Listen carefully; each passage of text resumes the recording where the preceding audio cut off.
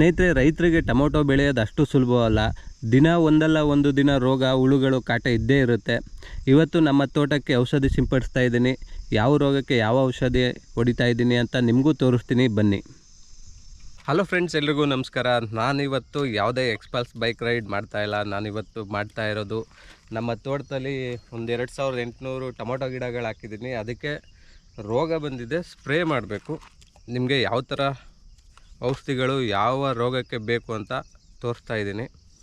ಸ್ನೇಹಿತರೆ, ಇದು ಡೆಲಿಗೇಟ್ ನಿಮಗೆ ಕಾಣ್ತಾ ಇದೆ.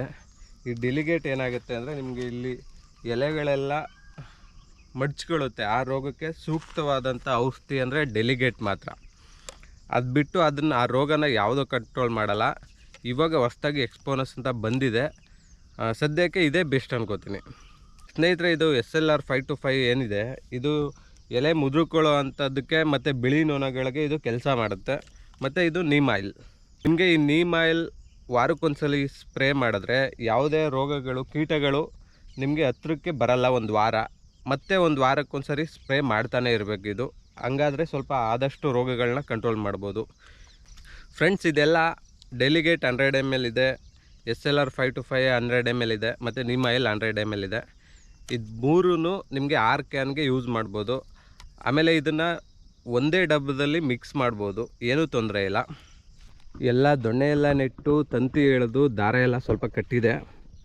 ಎಲೆಗಳೆಲ್ಲ ಸಣ್ಣ ಆಗಿದೆ, ಅದಕ್ಕೋಸ್ಕರ ಸ್ಪ್ರೇ ಮಾಡಲೇಬೇಕು. ಸ್ನೇಹಿತರೆ, ಇಲ್ಲಿ ನೋಡಿ, ಎಲೆಗಳೆಲ್ಲ ಮೇಲ್ಗಡೆ ಮಡ್ಚ್ಕೋತಾ ಇದೆ. ಇದಕ್ಕೆ ನಿಮಗೆ ಡೆಲಿಗೇಟ್ ಸೂಕ್ತವಾದಂಥ ಔಷಧಿ ಇದು ಬಿಟ್ಟರೆ ಇನ್ಯಾವುದೂ ಇಲ್ಲ. ಇದು ತುಂಬ ಸಾಮಾನ್ಯವಾಗಿಬಿಟ್ಟಿದೆ ಈಗ ಈ ರೋಗಗಳು. ಡೆಲಿಗೇಟಿಂದ ಸಣ್ಣ ಪುಟ್ಟ ಹುಳಗಳು ಏನೇ ಇದ್ರೂ ಕ್ಲಿಯರ್ ಆಗುತ್ತೆ. ನಿಮಗೆ ಕಾಯಿ ಕೊರಕ ದೊಡ್ಡ ಹುಳಗಳಿದ್ದರೆ ಮಾತ್ರ ನಿಮಗೆ ಬೇರೆ ಔಷಧಿ ಬೇಕಾಗುತ್ತೆ. ಇಲ್ಲಾಂದರೆ ಸಣ್ಣ ಪುಟ್ಟ ಹುಳುಗಳಿಗೆಲ್ಲ ನಿಮಗೆ ಈ ಡೆಲಿಗೇಟ್ ಕೆಲಸ ಮಾಡುತ್ತೆ.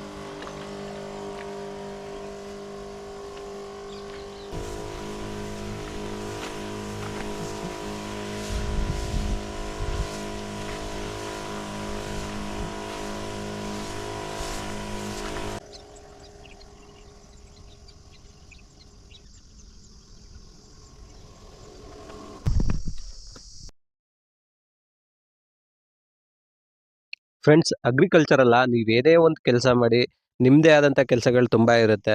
ಆದರೆ ಯಾವುದೇ ಕೆಲಸ ಮಾಡಿದ್ರೂ ಅಲ್ಲಿ ಹಾರ್ಡ್ ವರ್ಕ್ ಮಾಡಲೇಬೇಕು.